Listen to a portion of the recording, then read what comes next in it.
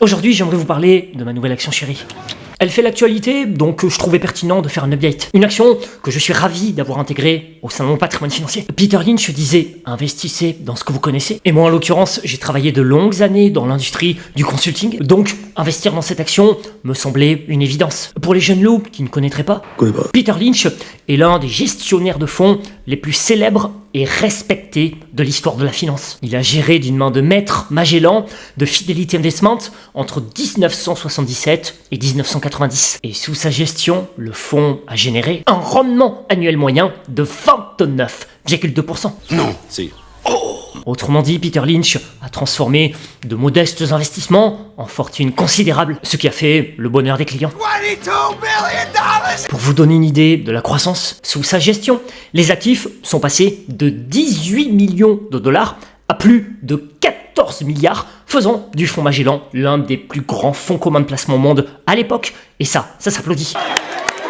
Pour vous résumer sa philosophie d'investissement en 3 points clés, tout d'abord, investissez dans ce que vous connaissez. Lynch est célèbre pour avoir encouragé les investisseurs à acheter des actions dans des entreprises qu'ils comprenaient et avec lesquelles ils étaient familiers. Son deuxième point clé, diversification. Lynch croyait en la diversification, souvent en ayant des centaines d'actions différentes dans le portefeuille du fonds Magellan. Son troisième point clé, la recherche approfondie. Il passait énormément de temps à faire des recherches sur les entreprises, visitant leurs bureaux, parlant aux employés et analysant les rapports financiers. Pour ceux qui souhaiteraient s'abreuver de son savoir, je vous affiche ici ses ouvrages et contributions. Bref, donc pour revenir à ma nouvelle action, c'est pour moi la plus belle au sein de son secteur d'activité, d'où ma comparaison avec l'action PEA Capgemini sur 20 années. Après, ne vous méprenez pas, j'adore également Capgemini. Fin 2022, j'avais d'ailleurs clairement affiché mon amour pour ce dossier auprès de 28 400 personnes. Et en fin de vidéo, je vous partagerai même une autre action PEA du secteur que j'apprécie. Je suis pas le seul à apprécier cette action PEA. Si je m'en réfère à ce consensus d'analystes, l'objectif moyen est à plus 35% par rapport au cours actuel. Putain, c'est bon ça. Quant à Capgemini, je l'ai déjà communiqué dans ce message de dimanche dernier. 180 € est clairement un premier niveau d'achat intéressant pour viser à moyen long terme un retour au-dessus de 200 €. Après, c'est peut-être une opinion erronée, mais en tout cas, je suis pas le seul optimiste. Je lisais dans la presse financière qu'hier, Invest Securities a réaffirmé son opinion achat et son objectif de cours à 248 € sur Capgemini. Si le cabinet d'analyse Invest Securities a souhaité mettre hier cette note, c'est grâce à la publication d'Accenture. Et Accenture, c'est justement la nouvelle action que j'ai intégrée au sein de mon patrimoine financier. Pour les nouveaux, Accenture est spécialisée dans les prestations de conseil en management, de services en technologie et de services d'externalisation. C'est une action qui me tient à cœur car j'ai opéré une partie de ma carrière dans le business du consulting et à l'époque où j'opérais, Accenture, c'était le nec plus ultra des cabinets de conseil. D'ailleurs, sur le secteur bancaire, qui est l'un des secteurs les plus consommateurs de consulting, à mon époque, Accenture, c'était le meilleur suivi de très près par Capgemini. Et peu importe le type de client grand compte, Accenture est toujours dans le haut de la liste des cabinets de conseil. Alors, je sais bien, en France, le consulting c'est mal vu. Avec l'affaire McKinsey, l'industrie du conseil est même souvent moquée. Je peux écouter? Conseil numéro 189 000 pour les Français qui ont froid, un pull, un gilet. Ah, c'est impressionnant. Combien? Là, un conseil à 3 options, c'est 1,5 million. Mais sachez que l'industrie du conseil, c'est un très beau business. Et à une époque transformative, telle qu'on la connaît avec l'émergence de l'IA, je peux vous dire que le consulting a encore un bel avenir.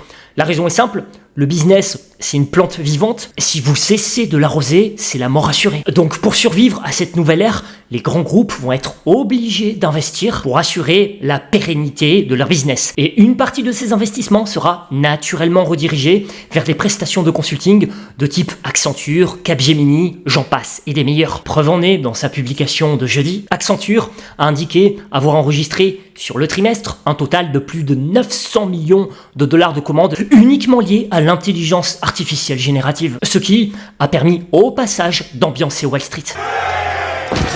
Un autre point de la publication qui a ambiancé Wall Street, c'est qu'Accenture a précisé tabler sur des revenus en croissance pour l'ensemble de son exercice 2023-2024, en hausse de 1,5% à 2,5% en données publiées et de 2,2% à 3,2% en excluant les effets de change. Selon un consensus cité par Reuters, Les analystes tablaient sur une progression en données publiées de 1,6%. Donc la guidance d'Accenture a été saluée par le marché. Et c'est pour ça que l'action fut, en cette fin de semaine, une des vedettes à Wall Street. Alors moi, Accenture, c'est un achat doublé d'une opinion acheteuse que j'ai partagé en temps réel dans ma newsletter du 1er juin, lorsque le cours était revenu tutoyer les $280. Comme évoqué à mes lecteurs début juin, si le business sur lequel reposait cette action était dégueulasse, il est évident que ce serait une raison pour fuir la pression baissière, mais dans le cas présent, il s'agit d'un leader mondial qui bénéficie, qui plus est, d'une tendance haussière long terme sur son action. Donc j'ai clairement pas hésité à ouvrir une première position à 280. Et à mes risques, je n'envisage pas d'acter la plus-value générée, même après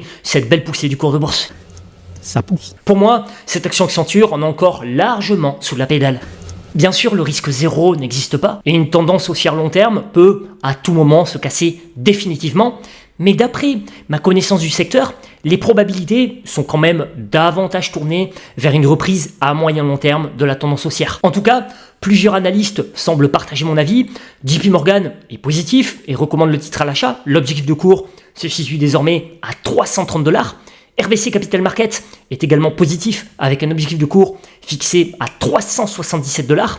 Même chose pour Evercore qui reste à l'achat en visant $375. Avant d'évoquer une action PA du secteur que j'aime bien, pour clôturer sur l'action compte titre Accenture, j'aimerais vous faire écouter un bout de l'intervention d'un opérateur de marché que j'avais enregistré et partagé dans ma newsletter du 1er juin. Newsletter que je vous invite d'ailleurs vivement à rejoindre, premier lien en description, car vous y découvrirez un condensé d'informations financières ultra qualité. Là en l'occurrence, cet opérateur de marché s'exprimait suite à la baisse de l'action Accenture. Alors non, on ne vend pas parce que je regardais les chiffres du consensus, ils ont été ajustés certes, mais pour 2024, les bénéfices ont été ajustés malgré ces commentaires de l'ordre de 3,5%.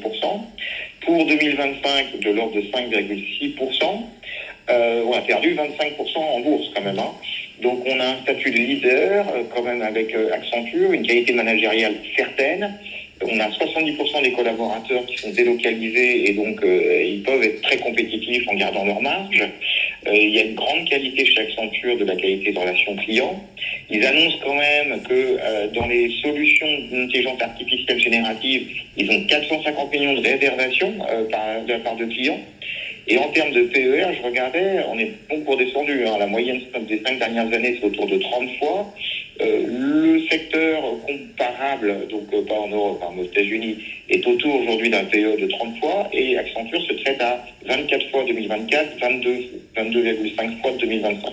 Donc pour moi, on est assez bas, on a consolidé et sur ces niveaux-là, je renforcerai. Bref, donc moi, je suis très content d'avoir acquis cette action US, que je considère encore attractive. S'agissant d'une action compte titre, j'en profite pour dire au nouveau que vous retrouverez en description mes 2 courtiers de prédilection lorsque j'investis à l'international. Comme promis, voici à présent une autre action au sein du secteur que j'apprécie. C'est Sopra Steria, qui est un des concurrents français de Capgemini. C'est une belle action PA que je me ferai une joie d'acquérir si par exemple au lendemain du 7 juillet, il y avait un gros mouvement vendeur sur le marché français. Le consensus est globalement optimiste sur ce dossier et moi avec, pour les mêmes raisons évoquées au début avec les 2 autres actions. Après, le nec plus ultra reste pour moi Accenture, d'où mon investissement, mais Capgemini et Sopra Steria étant 2 beaux dossiers, si la pression baissière s'accentuait dans les semaines à venir, je pense que je craquerai et j'en paierai au moins une des 2. Le cas échéant, je ferai tout comme Accenture un message. Sinon, sur le marché indien, sachez qu'il y a également Tata Consultancy Services. Pour ma part, je n'ai pas pour projet d'acheter l'action,